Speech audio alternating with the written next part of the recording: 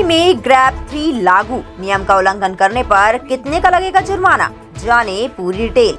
दिल्ली में बढ़ते प्रदूषण के स्तर को देखते हुए दिल्ली सरकार ने ग्रैब 3 को लागू कर दिया है।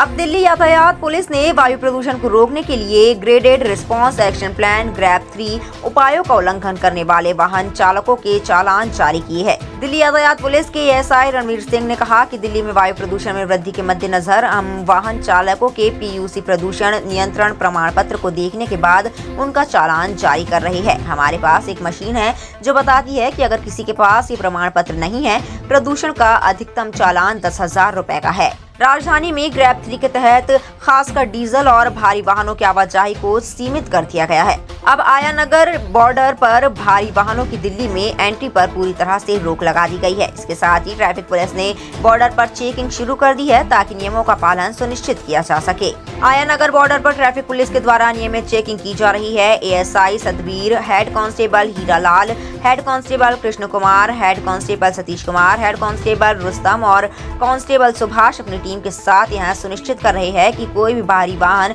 बिना अनुमति के दिल्ली में प्रवेश न करे। इसके अलावा डीजल वाहनों की आवाजाही पर भी सख्त निगरानी रखी जा रही है ताकि प्रदूषण का स्तर कम किया जा सके।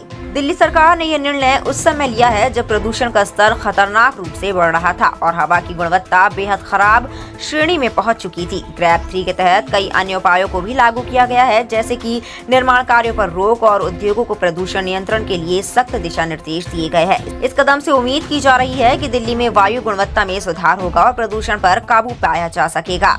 Graded response action plan grab Delhi और एनसीआर में बिगड़ते वायु प्रदूषण के स्तर को कम करने के लिए तैयार किए गए उपायों का एक समूह है। ग्रैब का चरण 3 अब एक्टिव होता है जब वायु गुणवत्ता सूचकांक AQI गंभीर स्तर पर पहुंच जाता है, जिससे प्रदूषण को कम करने के लिए निर्माण, तोड़फोड़ और सार्वजनिक गतिविधियों पर प्रतिबंध लगा दिया जाता है।